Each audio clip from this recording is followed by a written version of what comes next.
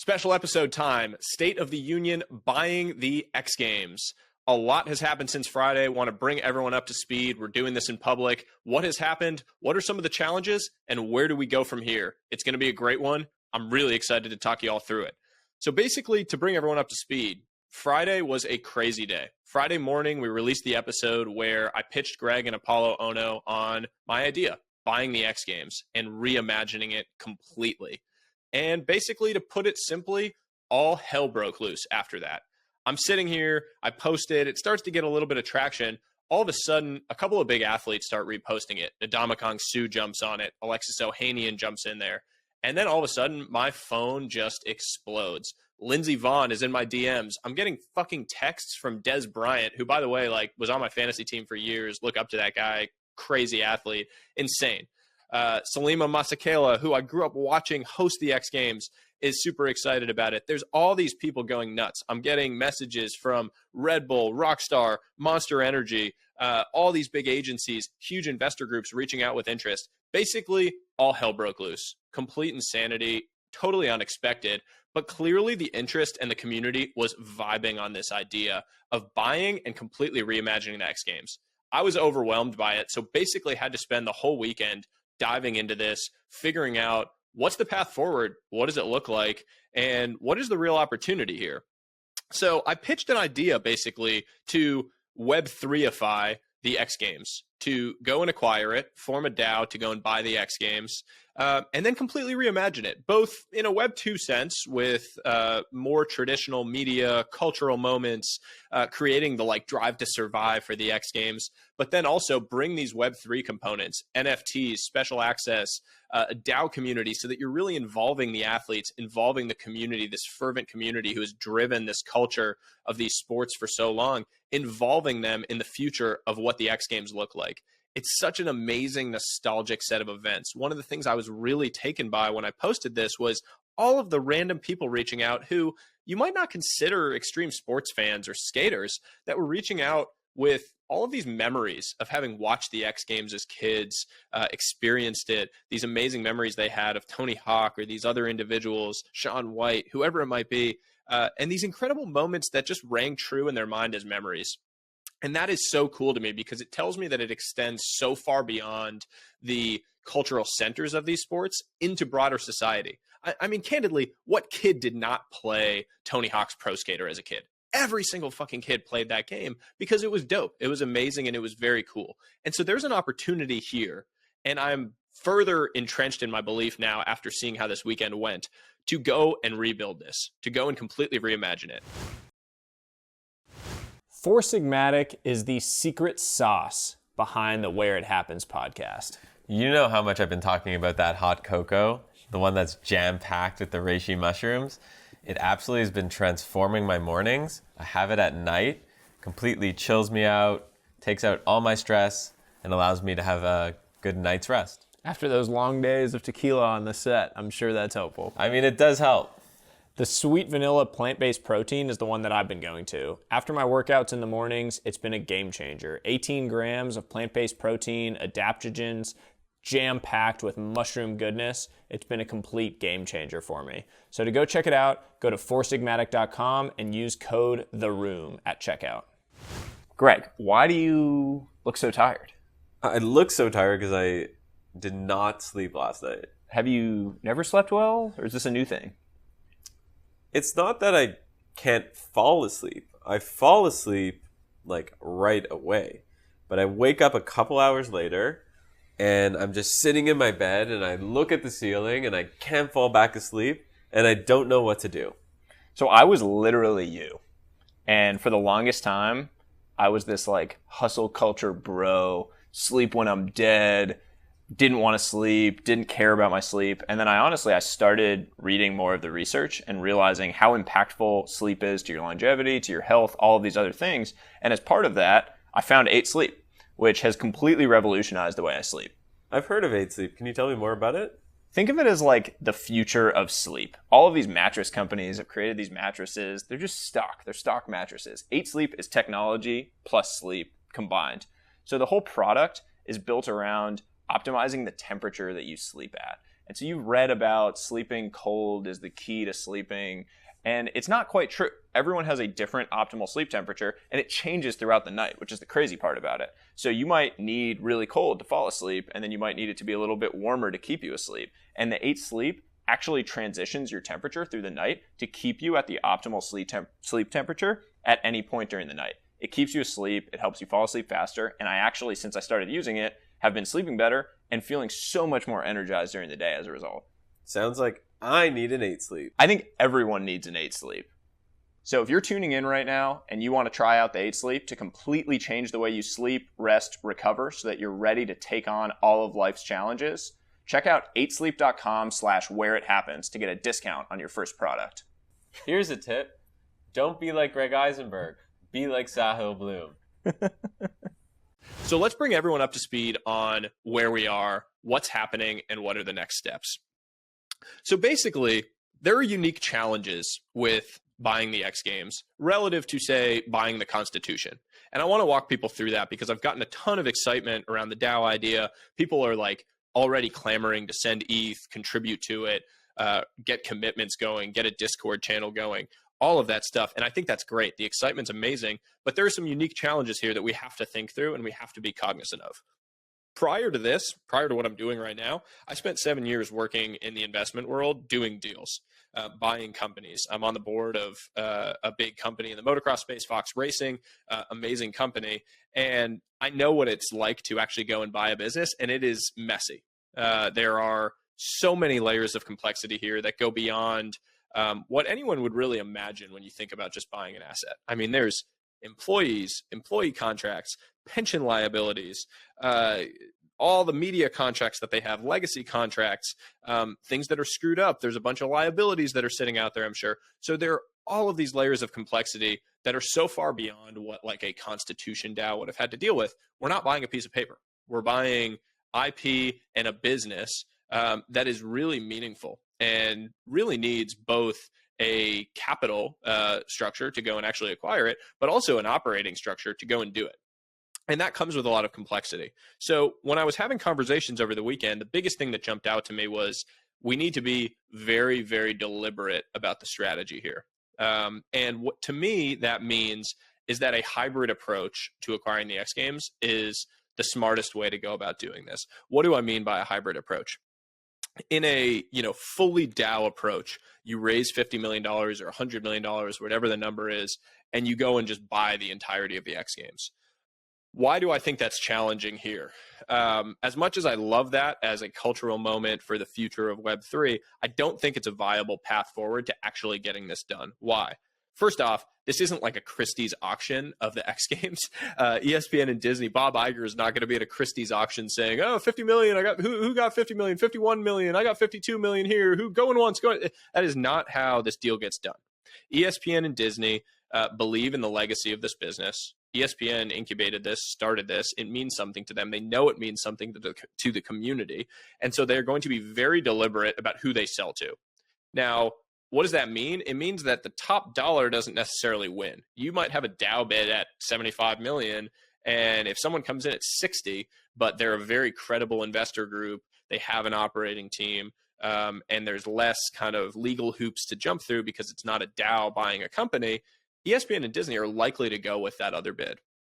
And what that means to me is that the best path forward is this hybrid approach, which is partner with a very credible investor group, investment fund, who has executed against reimagination strategies in the sports and media space.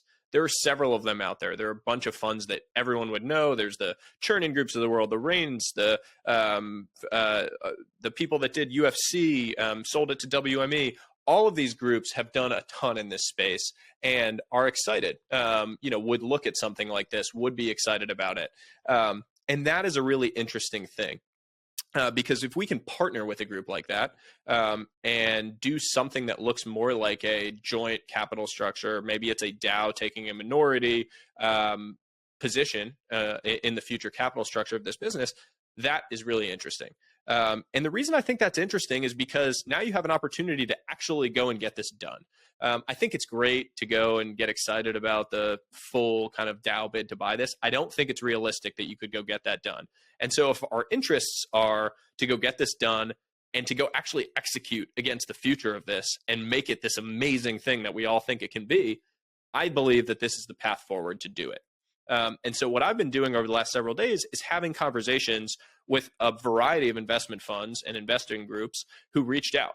They saw this go out. It reached a ton of people. The thread did over 2 million impressions. A lot of people saw it. And I was contacted by a bunch of these groups.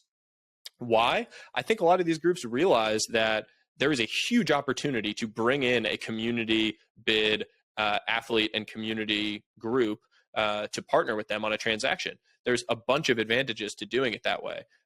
Beyond just the Web3ification and people who really understand the Web3 angle of this, the earned media that would come from having the community involved in this is immense. You would have so much excitement around going and executing this transaction if there's a DAO component, if there is a community component versus just another private equity fund going and buying a media asset.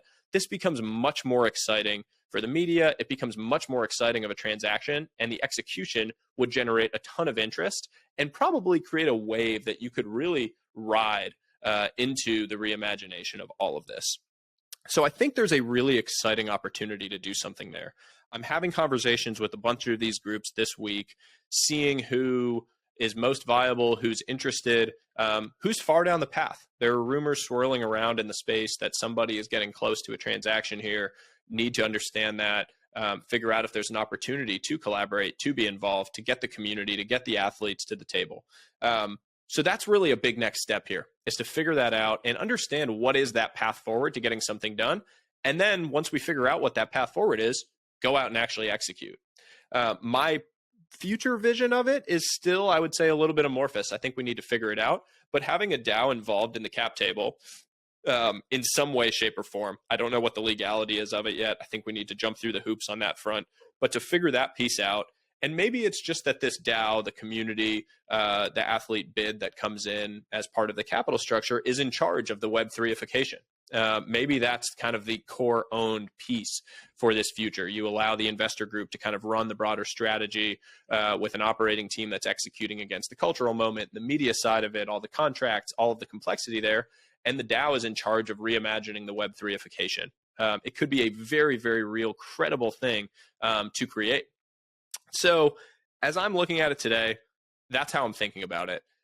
To me, this is like a man on the moon moment for Web3 if we can go out and execute this. And I don't really say that lightly. I really do think that Web3 and having a DAO or something that looks like a DAO, acquiring a share of a large operating business with the potential to be $1 billion plus IP franchise is a huge, huge step forward for the space. I mean, maybe man on the moon is dramatic. Call it the 4-minute mile moment. Maybe it's the 4-minute mile moment. Roger Bannister breaks the 4-minute mile. Suddenly, everyone within 6 months, a bunch of other people did it. Within a year, a bunch of other people did it because all of a sudden it was like, oh, the 4-minute mile is no longer this thing that holds you up.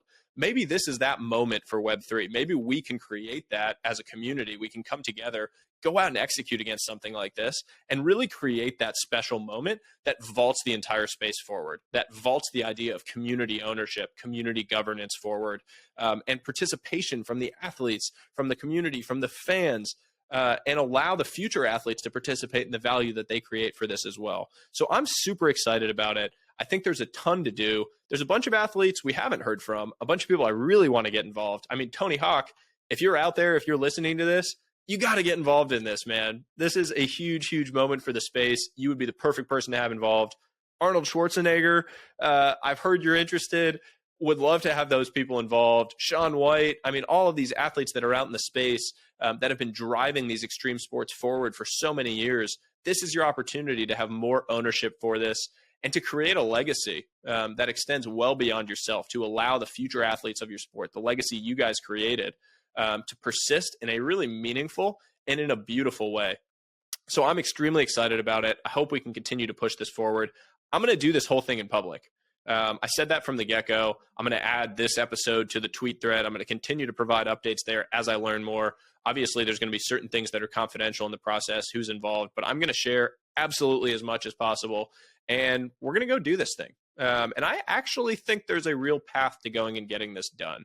And I wouldn't have said that on Friday when I put out the idea. So it's pretty exciting that I'm sitting here on Monday recording this. And in the span of 4 days, 3 days, whatever it's been, we've completely flipped this entire thing on its head. And we have an opportunity to actually go and do something special here. So stay with me. Super excited about this. And to close out this episode, I want to bring in a good buddy of mine who is extremely credible to talk about this stuff. It's my buddy, Sam Schwartzstein. He was in charge of the reimagination of the XFL. So prior to COVID, Vince McMahon over at the WWE, I think he put $500 million of his own dollars into restarting the XFL. It took off. It was totally insane. If anyone watched it, it was awesome. The content coming out of it, the virality was fucking phenomenal. Unfortunately, they only got like 3 or 4 weeks of games in before COVID turned the world upside down. And because of the stock market crashing, Vince McMahon pulled the plug on the whole thing. So Sam was really in the trenches for a year and a half, 2 years. When I was starting to ideate on the X Games idea, I called Sam and bounced it around. He was the guy I called to say, tell me I'm an idiot. What am I missing here? So I want to pull him in. We're going to riff for a couple minutes on how you might actually reimagine this. And then we're going to put this out to the community and we're going to get it out and let's keep this thing rolling forward. I will continue to provide updates as we push this thing and let's go buy the X Games. So I'm going to pull Sam in. Sam, welcome to the show. There he is, Sam Schwartzstein, the man, the myth, the legend. Sam, I just gave you an intro. I hyped you up. I gave you a good plug. I need you to tell the story very quickly of Bud Light Seltzer and how you guys integrated that, because I think it's a very unique story to think about as we think about reimagining the X Games and the future of sports and media. Yeah, absolutely. Thanks for having me on, Sahil. When we were at the XFL, we had to reimagine everything that we were doing, and we were looking at different spaces and how they do brand integrations, right? How do you mix the corporate with the culture, right? And people can tell it's almost like the uncanny valley when you're not doing it the right way. So Bud Light Seltzer came to us. They just launched their competitor to the White Claw business, and they're like, "Hey, we want to put the seltzer. How do we get this in your players' hands, right? Because that's really what they care about. They don't want signs; they want it in the players' hands. So we said, we'll put it in the locker room, right? I can't tell them to drink it, but I can't influence them to drink. So what I did is we just put it in the locker room, and we've tried it out with the winning team's going to get the seltzeration or whatever. And this time the away team won in our facility at ballpark in Arlington that we had helped convert to a football stadium now. And the couple of guys are looking at the seltzer like, what is this? Like, what are we doing here? Like, it's, normally the beer drinker guys. Are you baiting me? You trying to fuck me? Yeah. You're trying to force me to drink this seltzer. They look at me like, what am I supposed to do with this? I'm like, do what you want with it.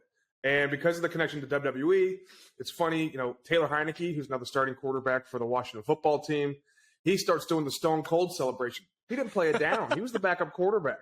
He starts Stone Cold celebration. The other backup quarterback's getting on it. The kicker's getting in on it.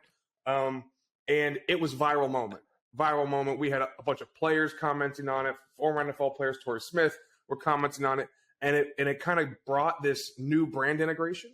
My buddy, Chris Seglia, he runs one of the largest esports streaming companies, Tenno Media. And he was like, you got to get it in their hands. Get it in their hands. And that was a unique way of us, like, how is Seltzer aligned with football? Well, through that post-game celebration. Yeah, it's crazy to think about all the opportunities that exist like that. I love that story because it's basically just like, go do something different. And you create all these unique earned media moments that all of a sudden you're like replicating personality, right? Everyone wants personality around these things. That's what I said on the original episode when I released it was Drive to Survive was so great, not because of the production value or anything they were doing. It was because they put fucking faces behind these cars. It used to be a car driving around a track, which is great. Formula One was a great sport, but it was niche. All of a sudden, my wife is watching Drive to Survive, and she's like, oh, Lewis Hamilton versus this guy and that personality. And how's that guy doing? I want to watch him. Because now you have a face. Like, I've put a name to the face. It's no longer a car. And for the X Games, there's such a unique opportunity to do this exact thing. You put personalities behind this, because you and I have talked about this. There has not been a really big face or name around extreme sports in a long time in the way that there used to be. When we were growing up, the Tony Hawk, the Shaun White, they were like cultural icons. And you can go and recreate that by doing something unique on the media side here. Yeah, I look at Nigel Houston is probably better than some of the guys that we grew up watching, and his clothes are even better than what Tony Hawk had, but it's not the same type of getting people there. It's the street skating that it's not as high flying as what we used to. Travis Pastrana jumping over 50 monster trucks doing Evel Knievel stuff, So yeah, that's another good different point though. It's like the ESPN has focused so much. I think Disney and ESPN have focused so much on the like bigger, faster, higher, stronger of the X Games rather than on the personalities and the people and creating a face to it. And it's always been like, oh, this guy's going to do a, 1080, flip McTwist, whatever. Like it's some insane jump. My eyes literally cannot process that number of spins. Like when I watch that, I remember when Tony Hawk did like the 900 and it was a huge moment. Beyond a 900, I literally can't process. And at some point, you can't spin, like your body literally won't allow it to happen. And so the spins you can't keep getting higher and higher on that. What you can do is create personalities around this, create a face to all of this, and basically create something unique that people want to engage with, that they want to go spend money on in person, that they want to share on social, that they want to go put money behind merch, NFTs, all of the Web3 components of it, get access to these personalities. I mean, you can recreate cultural icons totally outside the context of the actual event. Another thing about it is the age of the people. So Ryan Sheckler at 13, Tony Hawk was a prodigy. It can steer younger. Traditional American sports, like even in my league, we had technically no restrictions. We didn't have a collective bargaining agreement, but we still didn't go after players more than 3 years out of college, right? Ryan Sheckler was 13 when he hit the scene in skateboarding. And there's a young guy just hit a 1080, right? And he's like 14 years old. It steals younger as we get younger, and you can create stars that way. Versus traditional sports, you have to go much older route, and there's people who can identify. Ryan Sheckler had a TV show at 16 years old. Yeah. These types of things can be recreated through different mediums now, distribution. The other thing that's come up to both of us is prize money. And I think it's a brilliant point that I hadn't thought of, but you can create this virtuous cycle. If we buy this, if we partner with the right people and we can go start to reimagine it, you can create a virtuous cycle that makes it more and more relevant for the athletes, for the fans. And that's around prize money, right? Like the prize winnings right now are like 25 grand, 30 grand someone wins if they win the X Games. And that's insane. That's like the Olympics, right? Like these guys are making no money for a lifetime's worth of work. And there's a real opportunity here because if you create more media around it, if you create these cultural icons, more revenue starts coming into the business. The IP is worth more. The athletes are generating more revenue because they can do these Web3 things. They can sell NFTs for unique access. They're able to profit from their likeness more than just like the Instagram brand deals and the things they're doing now. All of a sudden, that prize money number goes way up. You have more revenue coming through this thing. It just creates an engine, right? All of a sudden, you start having $250,000 prize winnings. You have $1 million prize winnings. And that's a moment. Now, all of a sudden, the athletes are like, this is my goddamn Super Bowl. I'm really going to focus on training for that because this is a huge moment. There's much more culture around it. There's much more excitement around it. And you create this virtuous cycle that I think just self-replicates. It's a self-fulfilling prophecy for a lot of people. That really excites me. I'm in the same boat because at the XFL, we had a pay to play, pay more to win, right? And so I paid my guys $1,000 a week. And then every game they played in, they got $1,000, but then they got a bonus of $2,000 or $2,021. Why? Right? Because we're going to the 2021 season, right? Like or 2020 season, right? And pay more to win. And so that's why, when there's an interview with Taylor Heineke, that's why he's celebrating so much is he just made $2,000, right?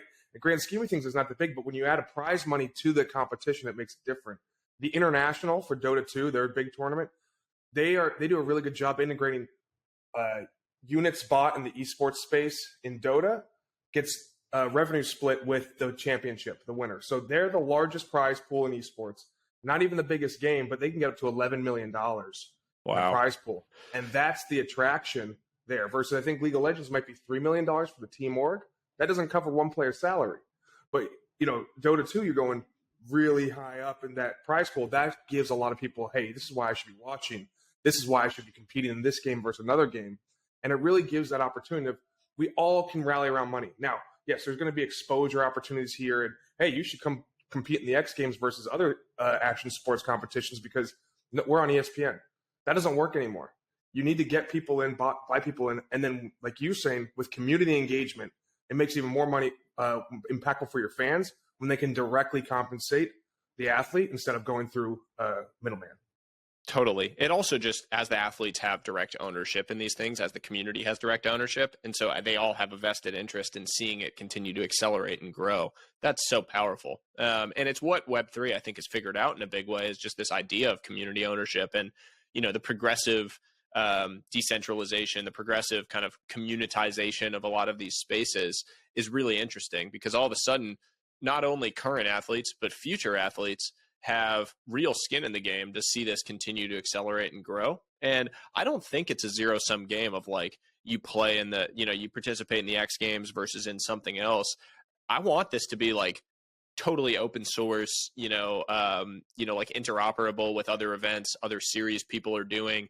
The athletes, they should really want to participate in this because it accelerates their value. They're given the resources, they're given the tools to go and execute against, real brand building for them personally that they can extend anywhere. I think one of the things that's, the biggest disservice to athletes broadly is that they have these short shelf lives as athletes and they haven't been given the tools and resources to really capitalize on being top 0.01% in the world at something during that window. There's a couple athletes, and it's like survivorship bias thing. You hear about the guys that make $50 million, $80 million, $100 million. You and I both have some friends that have done that. Not that they're happier than other friends who have made less money than that, but they were able to capitalize. Very few do that. And so I think if you can create a world where these athletes have the tools and resources through the X Games to brand build, to extend the lifetime of their value, and to really engage directly with the fan base and profit from that direct engagement with the fan base, there's something beautiful and really brilliant that can happen here. So I'm super fired up about this. I'm also just really excited by how much community engagement came in since posting about it. I'm excited about the athletes that want to get involved. I'm also excited about the athletes that haven't responded yet that we should be able to go out and get because they should be on board with something like this. So I think there's a really, really interesting opportunity here. I want to, as I said earlier in the episode, I want to go run down the traps on the investor groups that are looking at this. I want to figure out who's most excited about the strategy, who is most excited about,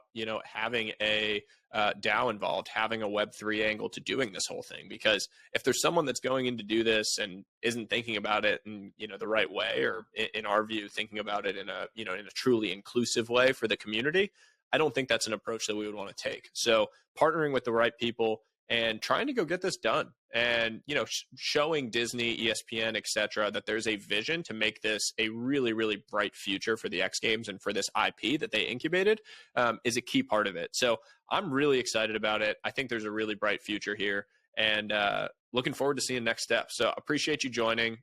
Sam, you're the man. Going to continue riffing on this with you for sure, because I think you're one of the brightest minds on reimagining the future of sports and media, and going to be involved no matter what here when we go get this done. So let's keep plugging along and let's go buy the fucking X Games. Awesome, man. Let's arm the rebels, as Greg says. Let's do it. Arm the rebels. I love it. I love it. All right, man. Well, thank you so much. As everyone who is tuning in will appreciate, this was a pretty unique and quick special episode. State of the Union on buying the episode now I'm getting too excited. I'm going to blow this. State of the Union on buying the X Games, not buying the episode, buying the X Games. You were tuning in here today, and appreciate all of you. And I will keep everyone posted. Let's go do it in public. Four Sigmatic is the secret sauce behind the Where It Happens podcast. You know how much I've been talking about that hot cocoa, the one that's jam-packed with the reishi mushrooms. It absolutely has been transforming my mornings. I have it at night, completely chills me out, takes out all my stress, and allows me to have a good night's rest. After those long days of tequila on the set, I'm sure that's helpful. I mean, it does help. The sweet vanilla plant-based protein is the one that I've been going to. After my workouts in the mornings, it's been a game changer. 18 grams of plant-based protein, adaptogens, jam-packed with mushroom goodness. It's been a complete game changer for me. So to go check it out, go to foursigmatic.com and use code THEROOM at checkout. Greg, why do you look so tired? I look so tired because I did not sleep last night. Have you never slept well, or is this a new thing? It's not that I can't fall asleep. I fall asleep like right away. But I wake up a couple hours later and I'm just sitting in my bed and I look at the ceiling and I can't fall back asleep and I don't know what to do. So I was literally you. And for the longest time, I was this like hustle culture bro, sleep when I'm dead, didn't want to sleep, didn't care about my sleep. And then I started reading more of the research and realizing how impactful sleep is to your longevity, to your health, all of these other things. And as part of that, I found 8 Sleep, which has completely revolutionized the way I sleep. I've heard of 8 Sleep. Can you tell me more about it? Think of it as like the future of sleep. All of these mattress companies have created these mattresses. They're just stock. They're stock mattresses. 8 Sleep is technology plus sleep combined. So the whole product is built around optimizing the temperature that you sleep at. And so you've read about sleeping cold is the key to sleeping, and it's not quite true. Everyone has a different optimal sleep temperature, and it changes throughout the night, which is the crazy part about it. So you might need really cold to fall asleep, and then you might need it to be a little bit warmer to keep you asleep. And the 8 Sleep actually transitions your temperature through the night to keep you at the optimal sleep temperature at any point during the night. It keeps you asleep, it helps you fall asleep faster, and I actually, since I started using it, have been sleeping better and feeling so much more energized during the day as a result. Sounds like I need an 8 Sleep. I think everyone needs an 8 Sleep. So if you're tuning in right now and you want to try out the 8 Sleep to completely change the way you sleep, rest, recover so that you're ready to take on all of life's challenges, check out 8sleep.com/whereithappens to get a discount on your first product. Here's a tip. Don't be like Greg Isenberg. Be like Sahil Bloom. Join our free community at trwih.com.